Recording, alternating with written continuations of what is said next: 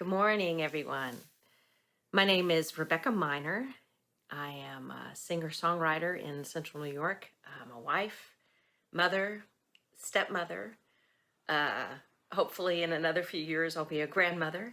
And at the age of 58, I am a beginner bodybuilder. I'm here to share my journey into figure competitive bodybuilding.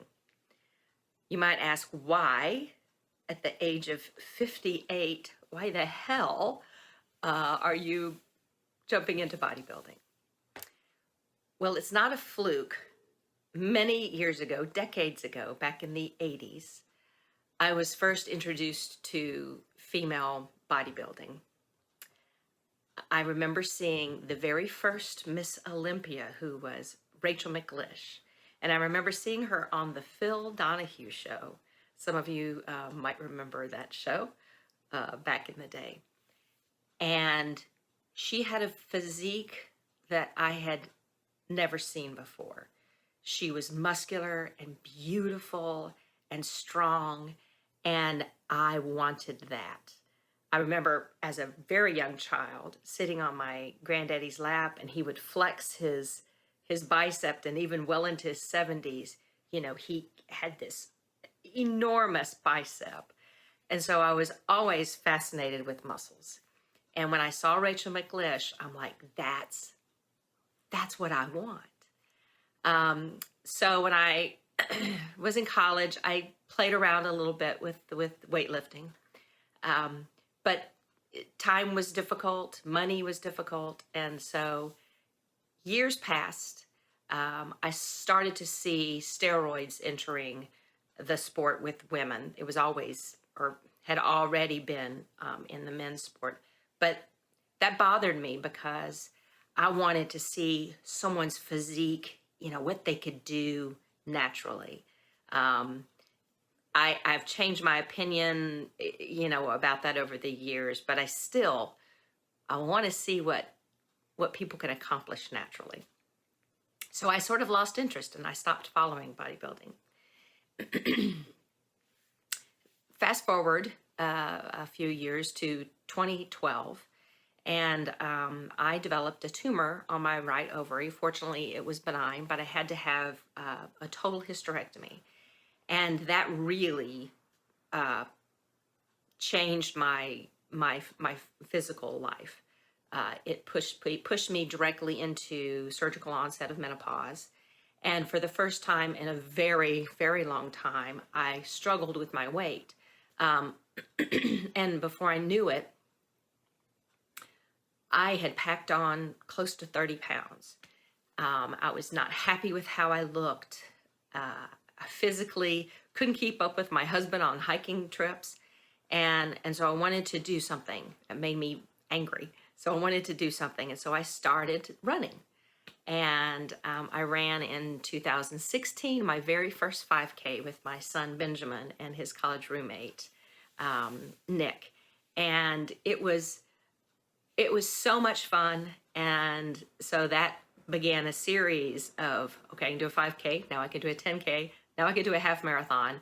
And then in 2021, October of 2021, I completed my first marathon with my son, Benjamin, in Albany, New York. And that was just an amazing, amazing experience.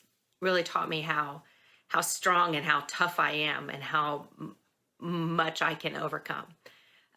So it was a bucket list, and I decided I wanted to do a second one, but I developed a knee issue in training for my first marathon, and it was becoming a problem.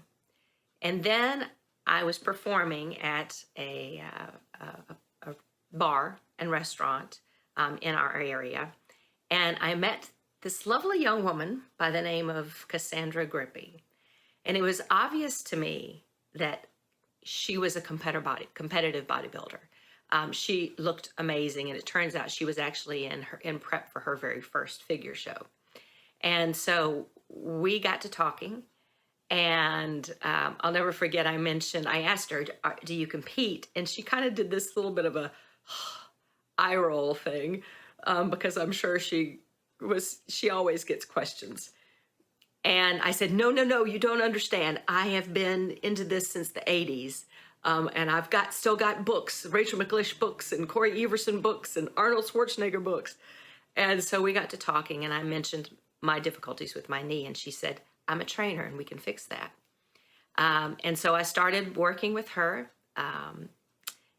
and the knee issue resolved, because what had happened was, in my running, I had developed really strong quads, but my hamstrings and my glutes were very weak. So we addressed that imbalance.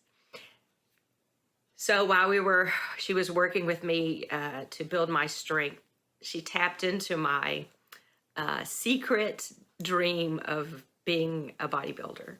And she said, there's a master's division and you have potential.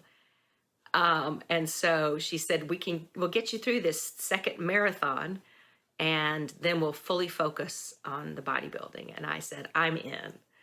And so May of 2022, we really put our full focus on the bodybuilding. So I completed about 16 months of intensive building, and now I have begun my prep, contest prep, which is a process of still maintaining and building muscle growth, but cutting fat to reveal the muscle underneath. And you want your body fat to be very, very low so that you are like an anatomy chart. That's the craziness of the sport. And so I've completed 9 weeks into a 22-week prep, and I want to share this journey with you. So far, it's been not too bad. Have a bad day here or there. You get hungry, you get tired. There's more cardio, there's more training, but it's been an amazing experience so far. And I want to inspire others my age to take on something new, to not be afraid to take something to a new level. I don't expect other people to, be inspired to jump into competitive bodybuilding. It's an extreme sport. It's not for everyone.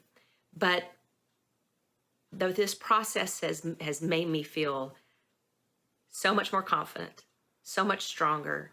I have a more positive outlook on my future, on my longevity, on being able to stay mobile well into my final decade, whether that be my 80s or my 90s, but that my quality of life has already improved.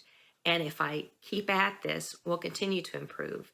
And so I want to inspire other people to take on something new, something you've thought about and dreamed about and thought, oh, it's too late. Well, it's not too late. It's never too late to try something new, to do something for yourself, whatever it may be. If you've had a bucket list item and you just think, it's too late, it's not too late. So I hope this process of seeing me go through my struggles, go through the prep, I hope it inspires you to do something difficult, whatever it is, physical, mental, creatively, but to try something new, keep life fun and vital. And so this is my journey. I'll share the good, the bad, and the ugly. I hope it inspires you and to take on a new challenge. So here we go. This is where the rubber meets the road.